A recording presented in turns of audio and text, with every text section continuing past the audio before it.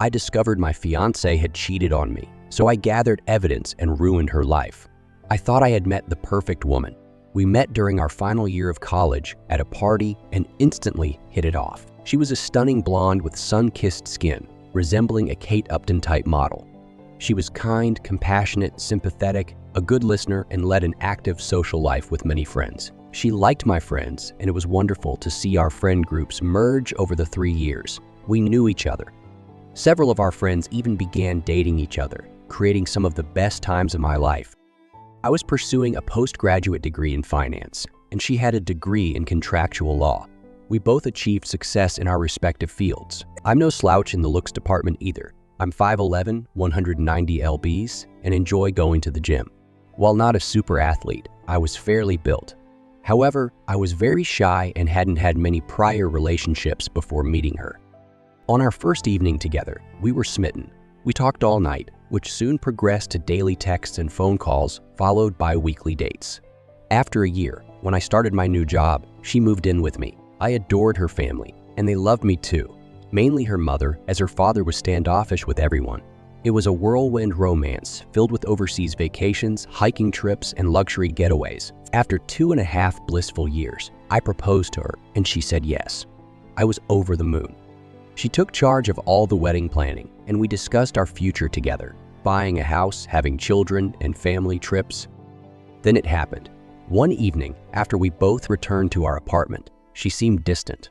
I noticed it immediately since we were always very affectionate. This change occurred about once a week for the first month after the proposal, but I remained oblivious because I often listened to Reddit on YouTube. I waited and observed that these periods of ignoring me only lasted a few hours before she returned to normal. However, after 6 months and approaching our wedding anniversary, she became distant almost every night. The intimacy remained great, and my relationship with her parents was still strong. During Thanksgiving at her parents' home in Louisville, Kentucky, we lived just north of DC. She acted standoffish toward me in front of her mother. Her mother, an observant woman, pulled her daughter aside to talk, and I could hear them arguing. After some heated but muffled words, they returned to the family as if nothing was wrong. I thought I could ask her about it later, and did so, but she was unwilling to discuss it, asking me to wait until we were home. I agreed, loving her deeply and believing we could work through anything. The second weekend after Thanksgiving, she had a company Christmas party. I had planned to attend but fell ill with food poisoning and had to cancel. She had a girlfriend pick her up from our apartment, planning to drink heavily, with a designated driver for the evening. We had arranged for her to be out all night, so I told her to have a great time and that I would see her in the morning. As I was severely ill, I grabbed my phone and watched her location. First, she was at a restaurant, then at the company party venue. Nothing seemed alarming until her phone stopped at a downtown hotel. First, I finally fell asleep. At 7:00 a.m., I woke up to see she was still at the hotel. By noon, she came home, and I was furious. While petting my cat on the porch, I saw her through the window. She was texting someone, smiling and blushing. As soon as I entered, she put her phone aside and began helping our elder son, James, with his homework. Her usual affection was gone, and she greeted me with a rough hello, sounding disinterested. It was awkward to witness such unusual behavior in just one day.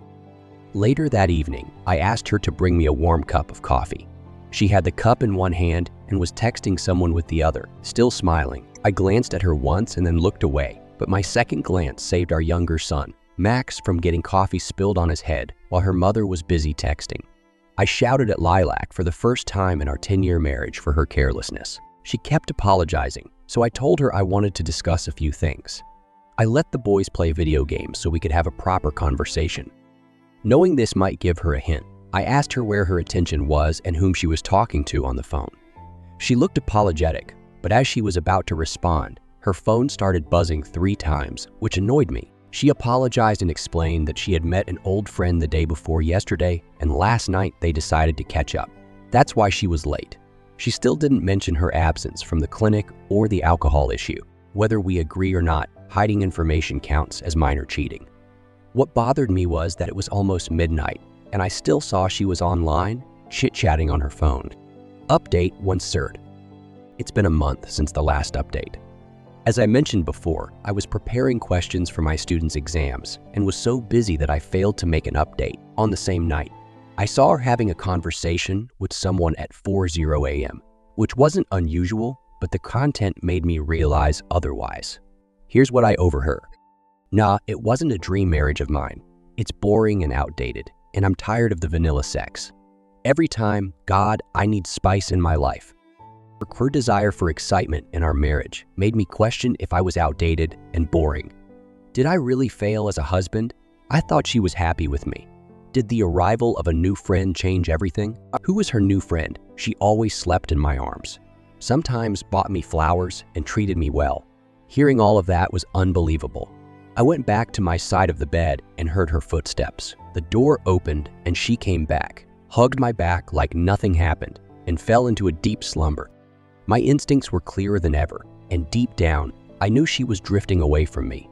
After that night, I became suspicious and started following her.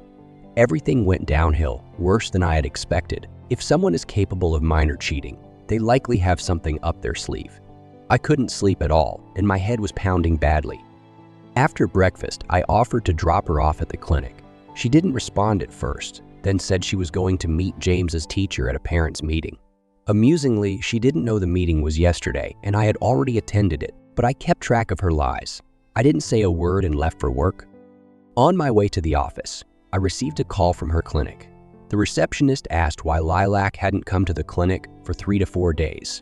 She wasn't responding to calls and texts properly. Patients had scheduled appointments, and when the doctor didn't show up, they were frustrated. One thing led to another, and my doubts became clearer day by day. Instead of being a puppet, I decided to investigate myself. I finished my work and left the office to go to her clinic, knowing she wouldn't be there. I entered and called her. She didn't pick up but called me back after 2 minutes. I told her I had visited, but she wasn't there. Hesitantly, she responded that she was visiting an old patient who couldn't come to the office and had to describe the process of an RCT. She was lying because when I asked the receptionist about home visits, she said there were none. I returned home and both of my sons were silently studying. Our nanny, an old friend of my mother, took care of James and Max. I cooked dinner for them and finished assembling the papers to ask for a few days of leave to follow my wife's whereabouts. Things went as planned, and I decided to remain silent until I gathered all the proof to defend my doubts properly. At the dinner table, I asked James about the meeting, and he asked what meeting I was referring to, since we had already attended it.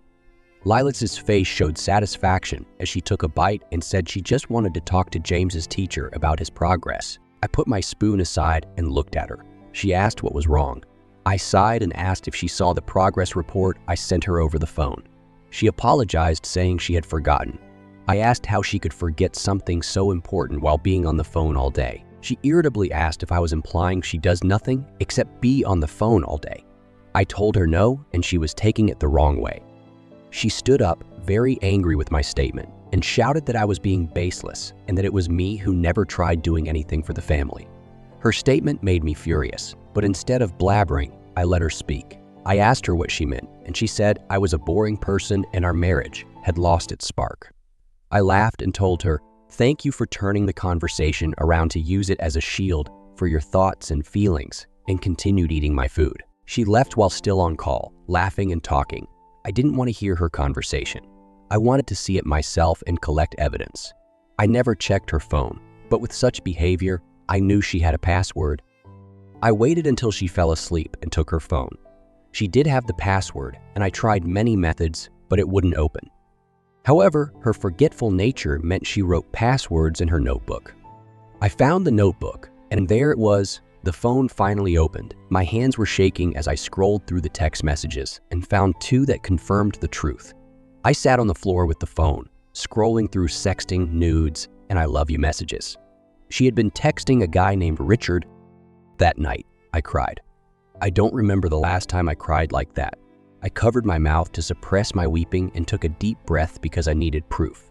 I immediately took screenshots of their chats and sent them to my phone. Before putting the phone aside, I had to delete the screenshots from the gallery. Thankfully, I found pictures of them and sent those to my phone as well, clearing every piece of evidence that could let her know I had checked her phone. In the morning, I left for work as usual, but actually went to my friend Elijah's place. We've been friends since childhood, and he knew everything about my life.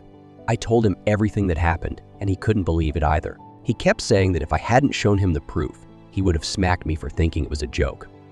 After a while, I headed to Richard's address, mentioned in one of the texts, and parked my car behind a tree. It wasn't my car, but an 80s as Lilac would know in seconds. After waiting, I saw Richard outside his house with flowers in his hand. Lilas got out of her car and hugged him tightly.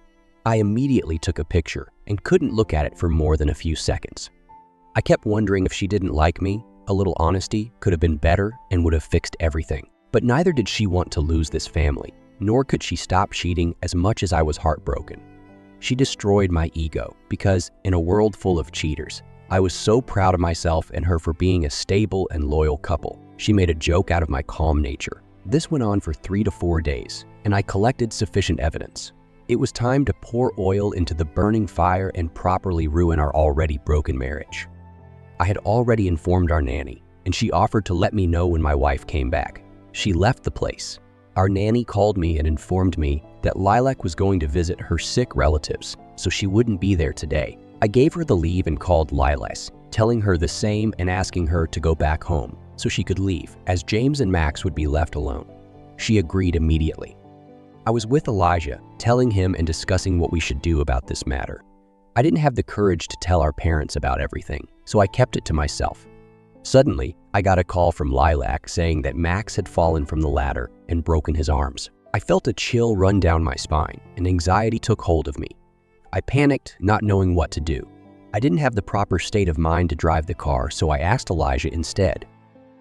When we reached the hospital, Dr. C told us not to worry as it was just a minor injury that would heal in a few weeks. I sighed with relief and kissed my son's forehead while Lilas was talking to my mother on the phone. I sat next to James and asked him about the incident and how it happened. He told me that Max was climbing the ladder, and he shouted and called Mom many times, but she didn't listen as she was on the call. Then Max slipped and fell. Hearing this made me so angry that I walked towards her and threw her phone on the floor. Everyone was staring at us. I screamed and shouted at her for being so irresponsible. Elijah tried to calm me down, but I couldn't. Max could have gotten a serious injury, I said. She tried to make herself the victim, saying that I was an absent father. After hearing this, I got closer to her and whispered in her ear, "At least I was better than you and didn't have anyone on your back." She looked frightened, like a scared cat.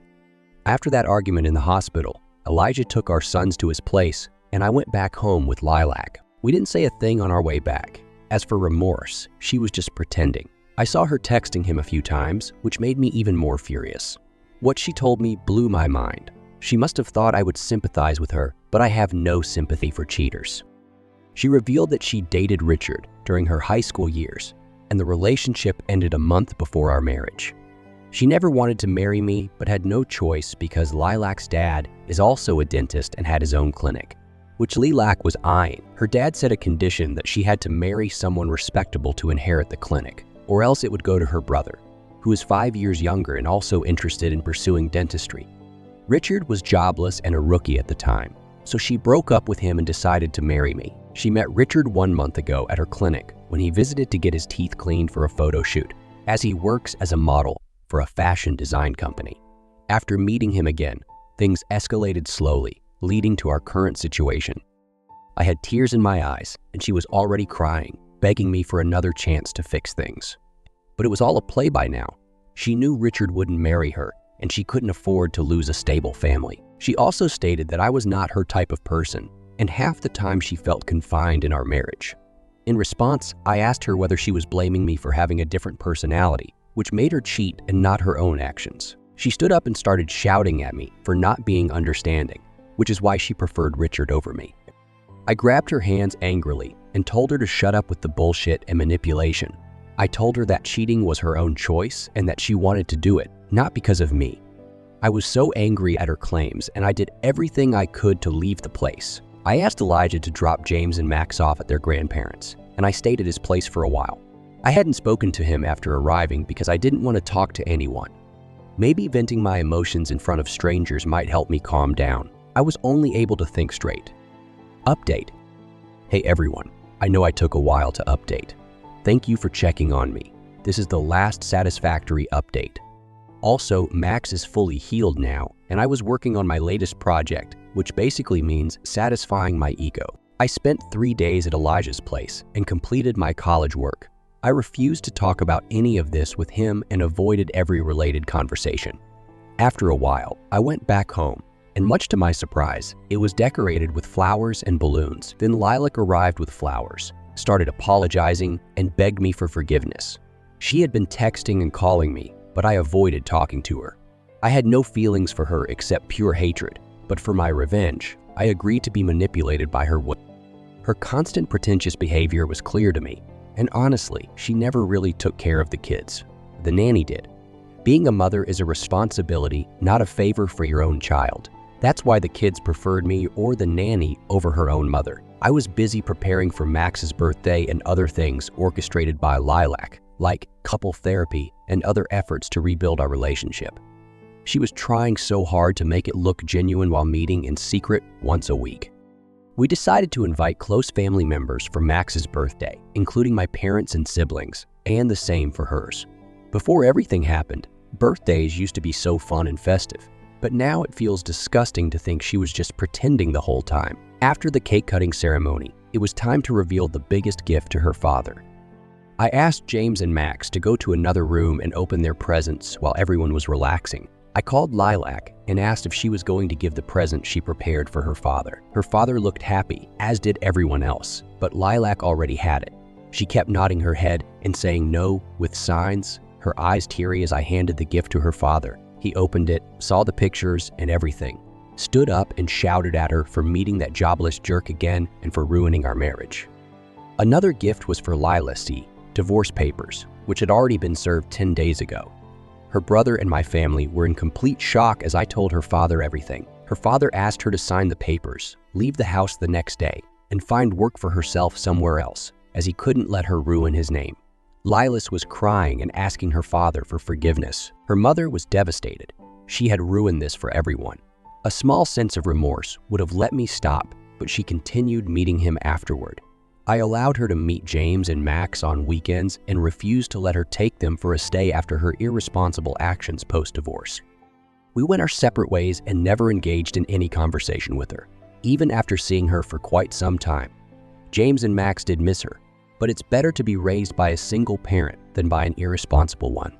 As for me, I'm moving on with my life, keeping myself busy with work and children, but the past will always stick to me like a parasite. My revenge did satisfy my ego. Seeing her not getting what she wanted helped me overcome my mental health issues, and I continued with my life. Betrayal by a best friend. Something really upsetting happened to me yesterday, and I'm feeling quite overwhelmed. I had been in a relationship with my boyfriend for almost 3 years, and also had a friend whom I had known for nearly 2 years. Yesterday, I decided to go out for a drink with my girlfriend to spend a nice evening together. While we were hanging out, my boyfriend texted and asked if he could join us. Both my girlfriend and I agreed, and he came over. We all had a good time, and later on, we headed back to my friend's studio apartment.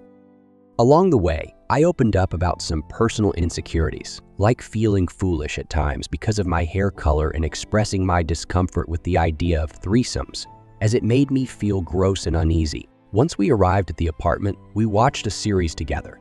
I must have fallen asleep at some point, and when I woke up, I noticed my girlfriend was continuously rubbing my boyfriend's belly. I immediately expressed my discomfort to my boyfriend, but eventually fell back asleep. My girlfriend was also getting ready for bed, and I noticed she had changed into a silk kimono, which was unusual since she had been wearing an oversized t-shirt and pants earlier. A red flag for me. I was quite exhausted, so I drifted off to sleep again. Suddenly, I woke up sensing movement on the bed and hearing heavy breathing. I was paralyzed, realizing what was happening. I went to the bathroom, trying to gather my thoughts and figure out what to do next. Eventually, I decided to pack my things and leave. While I was packing, my boyfriend went to the bathroom, and I confronted my friend, calling her a disrespectful person. She responded with a feeble apology, but it didn't mean much to me. My boyfriend entered the room, and I ended our relationship on the spot. I swiftly left with my belongings, but he followed me, pleading to take me home and ensure my safety. I refused, and as I walked home, he continued chasing after me, expressing how stupid he had been and how he never wanted to lose me. It was the first time I saw him cry, but by that point, I couldn't bring myself to care. I'm at a loss for what to do now. I see my friend regularly at school since she's in my class, and I don't know how to handle the situation. I am consumed with anger and confusion. Hey everyone, first off, I want to give a big shout out to all of you for the amazing support you've shown me. It seriously means the world to me. Now, let's dive into the story. I went over to my boyfriend's place to grab my stuff, and things got intense. We started talking, and before I knew it, I was yelling at the top of my lungs. Here's the juicy part. I finally got to hear his side of the story. Apparently, it all started while we were chilling and binge watching a series. Both my girlfriend and boyfriend were into vaping, although I never really got the appeal. Turns out, my girlfriend has a knack for mooching off others and being broke all the time. She even used my boyfriend's vape while they were puffing away. Something fishy was going on as my girlfriend got busy adjusting her blows. My boyfriend couldn't help but notice. And here comes the sneakiness. She strategically placed the vape between her breasts, making it impossible for him to ignore. To top it off, she kept unbuttoning her blouse, ensuring he caught an eye fall. Poor guy had to rescue the vape from its booby trap every time. Then she was rubbing my boyfriend's chest, and that's when I woke up and caught them red-handed, making the story funny as my coping mechanism. I'm still dying inside. I confronted my boyfriend right then and there. As soon as my girlfriend went to the bathroom, I decided not to make a big scene and let things cool down a bit. But then I noticed something peculiar. My girlfriend had changed into a kimono, which was unusual since she usually wore oversized t-shirts and pants. I was too exhausted to dwell on it, so I passed out again. Little did I know, while I was sleeping like a log, my girlfriend was turning on the charm. She dropped that kimono, revealing more of herself to my boyfriend. She made a move, tried to plant a kiss on him, but he initially rejected her advances. However, persistence paid off, and he eventually gave in. Things heated up as she started pleasuring herself right in front of him, even guiding his hand along her body. That's when I woke up, feeling and hearing every damn thing. After my intense conversation with my boyfriend, I couldn't keep the story to myself. I ended up sharing it with my entire class, so now everyone knew what had happened. Fast forward to the day I had to face her again. I needed to retrieve her Apple Pencil. Surprisingly, the first thing she handed over was my Apple Pencil. The class began and conversations buzzed among my classmates. Suddenly, someone commented, "That's one messed up story you've got there." It was my cue to speak up. "You think that's messed up?" I retorted, and the discussion kicked off. People chimed in, expressing their thoughts. She first said it was our business and others shouldn't get involved. However, she admitted that she would do it again, even with another best friend. It was a shocking revelation, making her come across as a truly messed up individual. Here's where things get interesting. Unbeknownst to me, my story had made its way to TikTok and was spreading like wildfire. I was surprised but secretly grateful for the exposure. Fast forward to today, she returned to school, acting as if nothing had happened, as if she hadn't done anything wrong. However, many people from our school had already seen the TikTok, and it had quickly become the talk of the town. The best part was seeing her discomfort. We had a movie outing for school, and the topic of conversation revolved around my story. It was an incredible feeling knowing that everyone knew the truth. She sat alone at the front of the cinema, and it was satisfying to witness her isolation. Unfortunately, she later joined our group, showing a surprising amount of audacity. She even shared her version of the story with a few of her friends, leaving out crucial details to save herself from the drama. She claimed she was forced into the situation, but based on what I had seen, heard, and knew about this friend, I found it hard to believe her excuses. At this point, I'm contemplating exposing her name on Reddit and TikTok and revealing her true nature. She acts all high and mighty, pretending not to care and even taking pride in her actions. But I refuse to let this slide.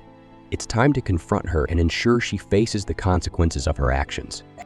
I want to clarify that while I don't solely blame her for what happened, her behavior in handling the situation has been incredibly nasty.